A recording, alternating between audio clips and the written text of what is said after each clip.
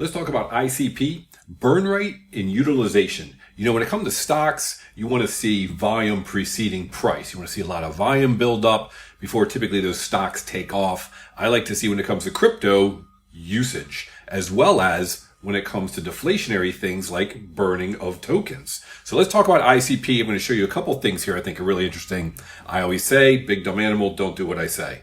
6 days a week, crypto for the rest of us, tip tool, coin analysis. In the evenings, I'll usually do Hedera, ICP, maybe XRP. So now we're going to talk about ICP. You're probably familiar, or maybe you're not. I'll put a link to it below, of the ICP dashboard. It has all sorts of information, and you can see it here. But once you scroll to the bottom, there are links to multiple different types of statistics and information. I'm going to do 4 right here. This is the first one I think is interesting. I already blew it up. But let's compare 2 things. And the reason I'm doing this video is because total burned has just gone through the roof here lately. If you see this right here, where it just shot up.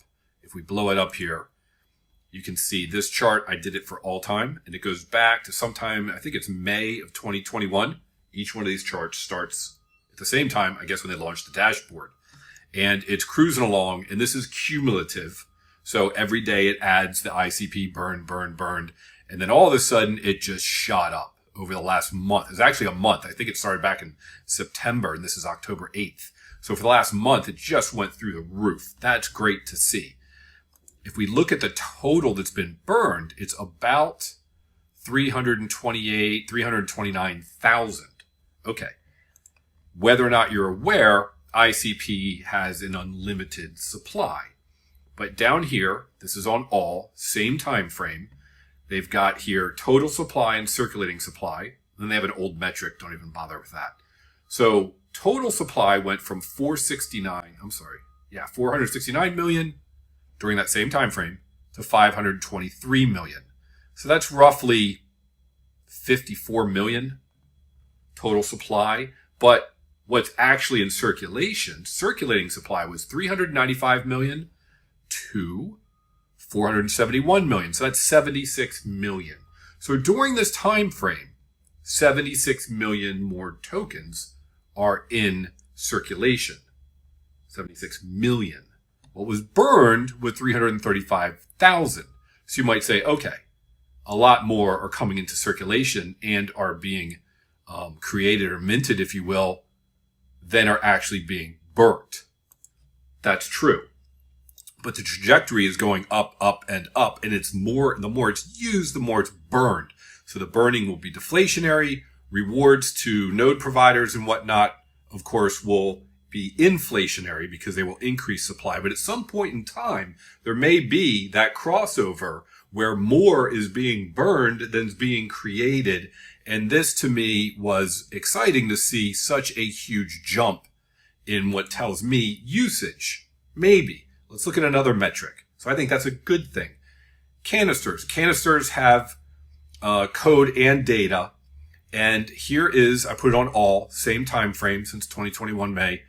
And you've got the GIB, and then it goes all the way up. And here we are at almost 6 TIB. Now that's not gigabyte and terabyte like storage terms. It's I think TIB is tebabyte. It's computational power. And it has also started a really nice ascent in usage of the network, if you will, in these canisters. And here's another one I think is really interesting. I think I was more excited about this than some people because I did 1 or 2 videos and no one seemed to care, but extending Ethereum. So the ckETH, and then they have the ckbtc.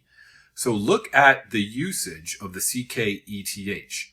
Basically the ability to integrate, as it says, and to utilize and extend the Ethereum network. Let's talk about a couple reasons why you would do that.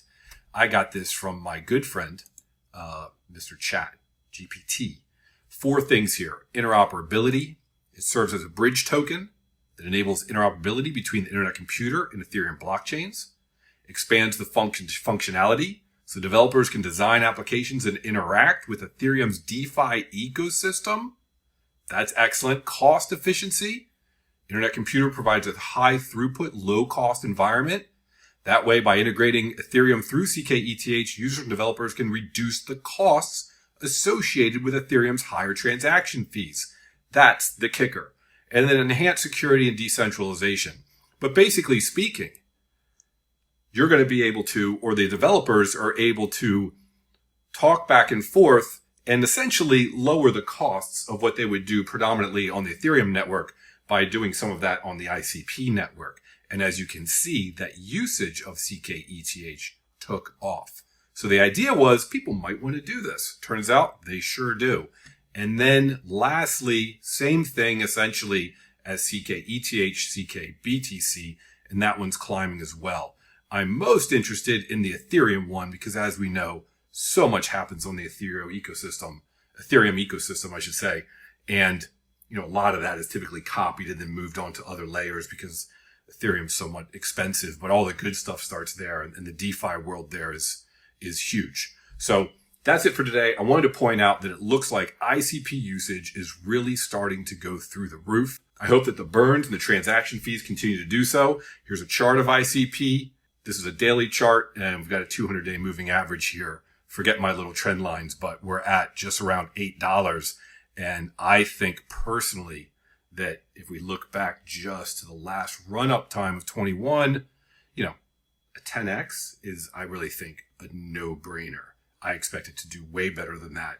I'd like to see a 15 to 20x that's from 10. I'm thinking around closer to $150 to $200. And right now it's at $8. Have a great day. Hope we can all make generational wealth together with crypto. Thanks for watching.